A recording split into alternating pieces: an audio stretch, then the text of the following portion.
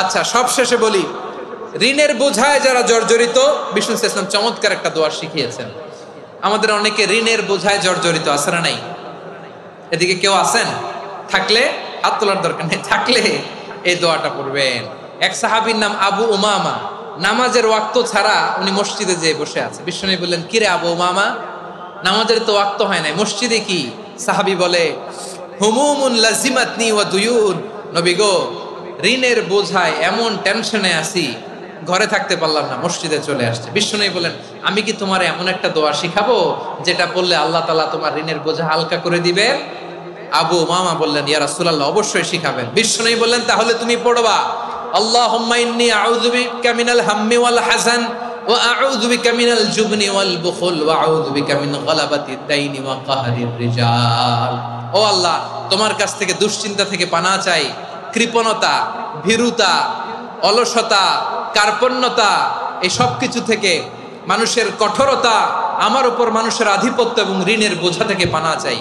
এই দোয়াটা যখন বিষ্ণুনবী শিখাই দিলেন, আবু উমামা বারবার এই দোয়া পড়ে, আল্লাহুম্মা ইন্নী আউযু বিকা মিনাল হাম্মি ওয়াল হাযান ওয়া আউযু বিকা মিনাল আজজি ওয়াল কাসাল ওয়া আউযু বিকা মিনাল জুবনি ওয়াল বুখল ওয়া আউযু বিকা মিন গালাবাতিদ দাইনি ওয়া কাহরির রিজাল।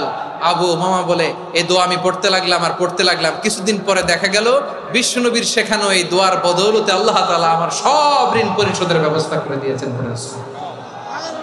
পড়বেন পড়বেন। আমার প্রিয় পটুয়াখালীর ভাইয়েরা, বিশ্বনবীর জামাতা সাইয়্যিদিনা আলী রাদিয়াল্লাহু তাআলা আনহুর কাছে এক লোক এসে বলে, হে আলী, ঋণের বোঝায় আমি জর্জরিত, আমার কিছু অর্থ দিয়ে সাহায্য করো। সাইয়্যিদিনা আলী রাদিয়াল্লাহু তাআলা আনহু বললেন, আমি কি তোমারে এমন একটা দোয়া শিখাবো যেটা বিশ্বনবী আমাদের শিখিয়েছেন? এই দোয়া যদি তুমি পড়ো, লাউ কানা আলাইকা মিসলু জাবালিন কাবীরিন দাইনান আদাল্লাহু আনকা, পাহাড় পরিমাণও যদি ঋণের বোঝা হয়, আল্লাহ এটা পরিশোধের ব্যবস্থা করে দিবেন। ছোট্ট একটা দোয়া বিশ্বনবী শিখালেন, বললেন, তুমি পড়বা, আল্লাহুম্মা কফিনি বিহালালিকা আন হারামিকা ওয়া আগনিনি বিফাদলিকা আম্মান সিওয়াক। মুখস্থ আছে? হ্যাঁ, আছে।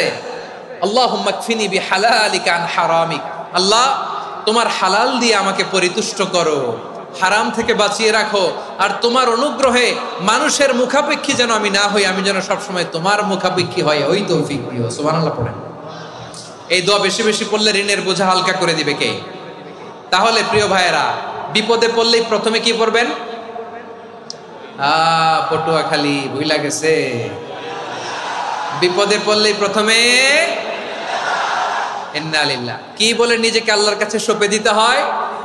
হাসবুনাল্লাহ। চরম বিপদে দেয়ালে পিঠ থেকে গেছে, তখন লা ইলাহা ইল্লা আনতা সুবহানাকা ইন্নী কুনতু মিনাজ জালিমিন। এরপরে লা ইলাহা ইল্লাল্লাহুল আযীমুল হালিম, এই দোয়া। আকস্মিক বিপদ, হঠাৎ যেন কোনো বিপদ আমাকে পেয়ে না বসে, এটার জন্য বিসমিল্লাহিল্লাযী লা ইয়াদুররু মা ইসমিহি শাইউন ফিল আরদি ওয়ালা ফিস সামাই ওয়া হুয়াস সামিউল আলীম।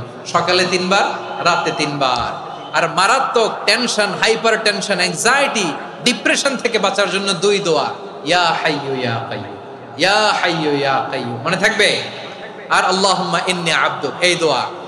ঋণ থেকে বাঁচার জন্য 2 দোয়া, আল্লাহুম্মা ইন্নী আউযু বিকা মিনাল হাম্মি ওয়াল হাযান, এটা।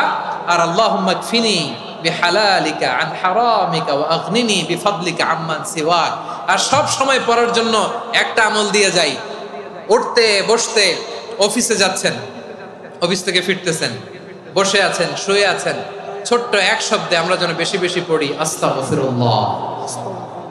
আওয়াজ করে আমার সাথে পড়ুন, আস্তাগফিরুল্লাহ। আবার পড়ুন, আস্তাগফিরুল্লাহ।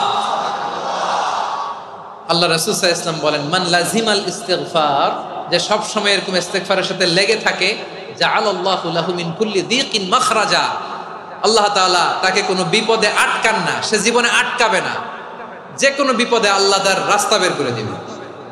Way out, you will get a way out and solution. সুবহানাল্লাহ। ওয়া মিন কুল্লি হাম্মিন ফারাজা, দুশ্চিন্তা মুক্ত হবে। ওয়ারযুকহু মিন হাইসু লা ইয়াহতাসিব, এমন জায়গা থেকে আল্লাহ রিজিকের বন্দোবস্ত করবে যেটা সে কল্পনাও করে নাই। আওয়াজ করে পড়েন সুবহানাল্লাহ। তাহলে মনে থাকবে আস্তাগফিরুল্লাহর কথা। সব শেষ কথা বলবো, সব শেষ। আমার